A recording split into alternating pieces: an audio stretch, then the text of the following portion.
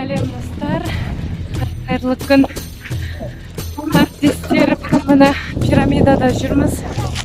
Осы пирамидасына келдік, әлемнің 7 кереметінің біріне. Өте керемет енді. Өте үлкен әлем. Қанша метр биіктікте орналасқан.